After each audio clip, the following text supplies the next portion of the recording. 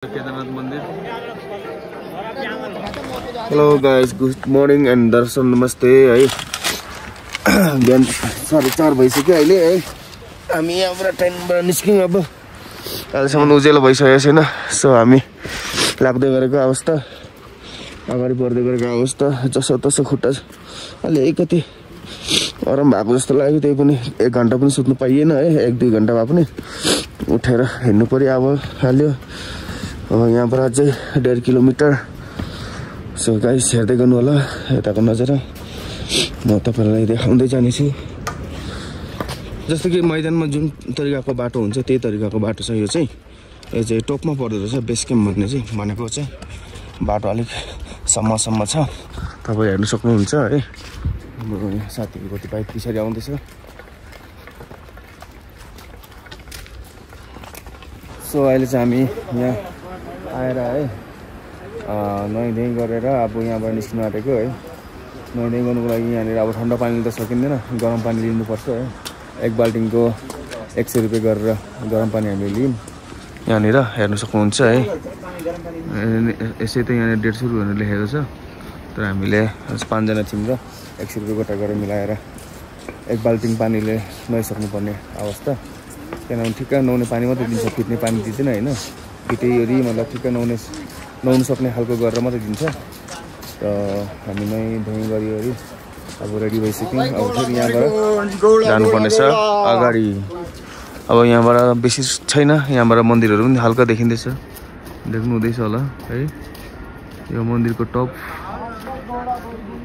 यो नै उज्यालो पनि गिरिसक्यो है। पहाडहरू हल्का हल्का देखिन थालिसकेको छ। सो तपाईहरु हेर्दै गर्नु होला है।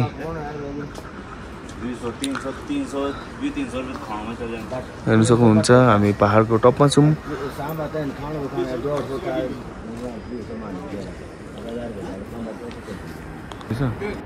हिमाल हो यो।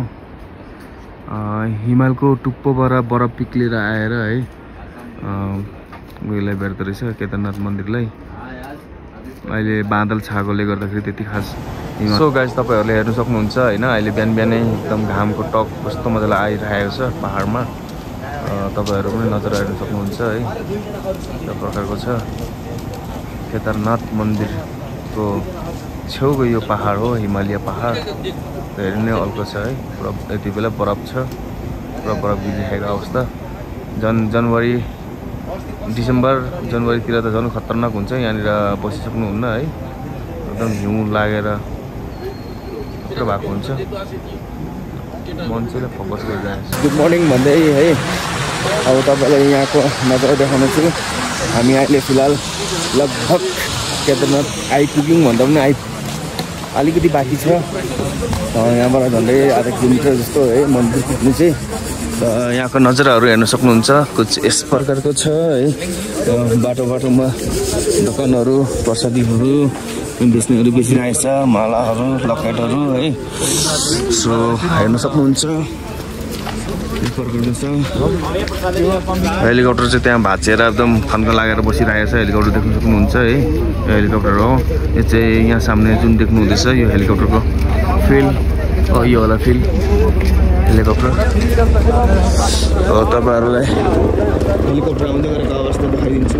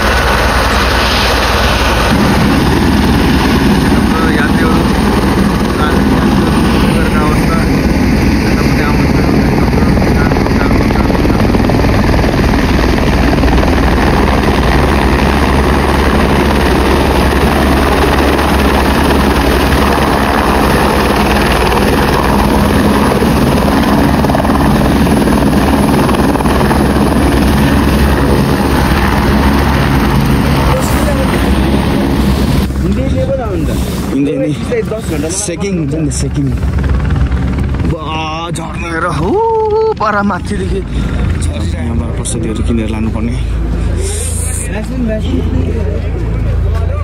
हात चाहिँ मेरो पुरा ठिरिसक्यो है पन्जाबमा। टोकन काट्ने जग्गा, यहाँ टोकन नलिकन हामी मन्दिरमा एन्ट्री गर्नु नसकिन्छ रहेछ। सो हामीले टोकन काटिसकेर अब हामी भित्र एन्ट्री गर्दैछौँ है। यहाँ टोकन काट्नुको लागि चाहिँ तपाईँलाई आधार कार्डको जरुरी छ, कुनै पैसा लाग्ने होइन, फ्री अफ कस्ट।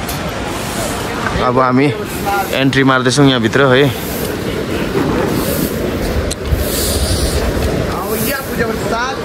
यहाँबाट एन्ट्री मार्दैछौँ, पुरा साफसफाइ जरुरी, साफसफाइ यहाँ।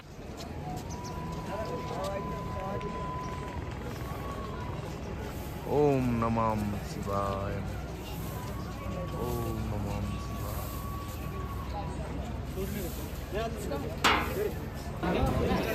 सो गाइस, अहिले हामीहरू फाइनली केदारनाथ मन्दिर आइपुगेको छौँ है। सबैहरूले हेर्नु सक्नुहुन्छ र हामी पूजाको सरसामानहरू लिइसकेका छौँ। अब हामी पूजा गर्नु लाग्नु आँटेको है।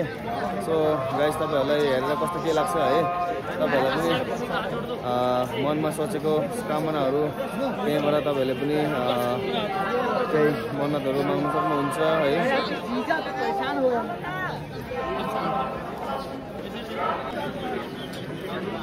सो गाइस, अहिले चाहिँ हामीहरू पुरा लाइनमा लागिरहेको अवस्था है।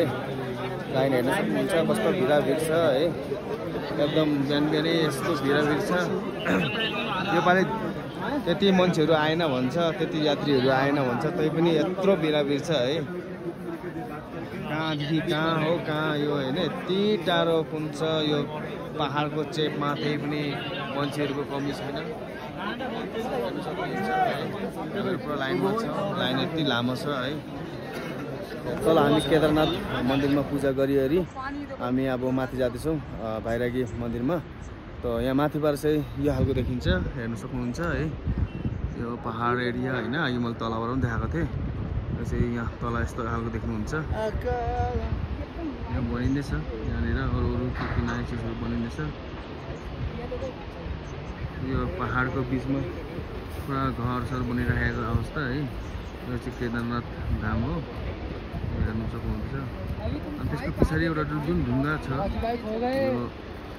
यो ढुङ्गा छ देख्नुहुँदैछ। यो ढुङ्गा चाहिँ होइन बहुत ठुलो छ। पहिला पहिरो आउँदाखेरि त्यो ढुङ्गाले नै यो मन्दिरलाई बगाउनुको लागि बचाएको अरे, न सबै बगाइसकेको अरे है। अनि त्यहाँबाट यस्तो प्रकारको छ केदारनाथ। त्यसरी पुरा घरै घर ड्यामहरू बसेर होइन, ड्यामहरू त्यो मान्छे बस्नेहरू, त्यो मसिनहरू देख्नु हुँदैछ, तिनीहरू मान्छेहरू बस्ने उस यो प्रकारको नजारा छ। तपाईँले हेर्नु सक्नुहुन्छ। हेलो गाइस, सो यो देख्नु सक्नुहुन्छ तपाईँले है। यो चाहिँ हो जय बाबा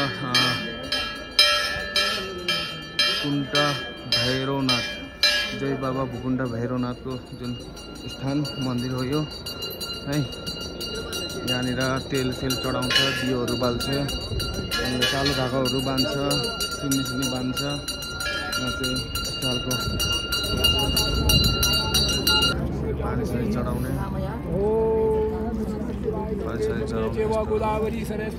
चाहिँ माथिपट्टि हो, हेर्न सक्नुहुन्छ।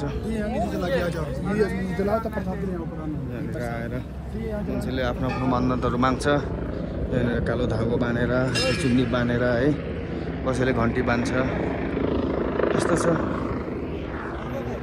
यहाँको चाहिँ खुट्टा उचाल्नु सकेको छैन। यहाँ हेर्न सक्नुहुन्छ माथि पनि मान्छेहरू गएर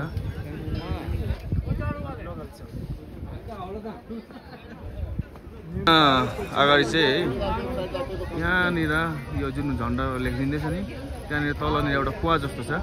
त्यसको तल चाहिँ तपाईँले त्यहाँ गयो भने एउटा देवीको 5 पण्डवको आमा भन्छ, उसको ठुलो मूर्ति छ है। त्यो तल चाहिँ कुवा जस्तोमा है।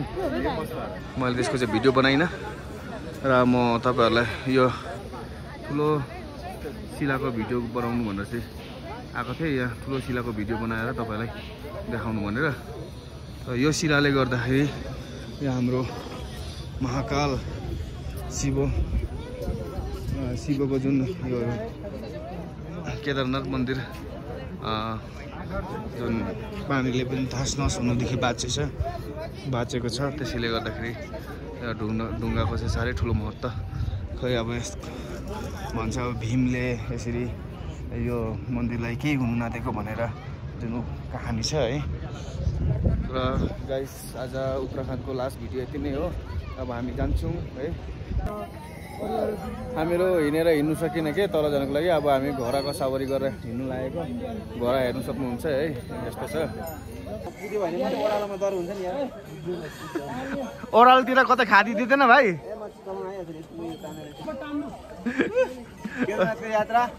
मजा आउँदैछ।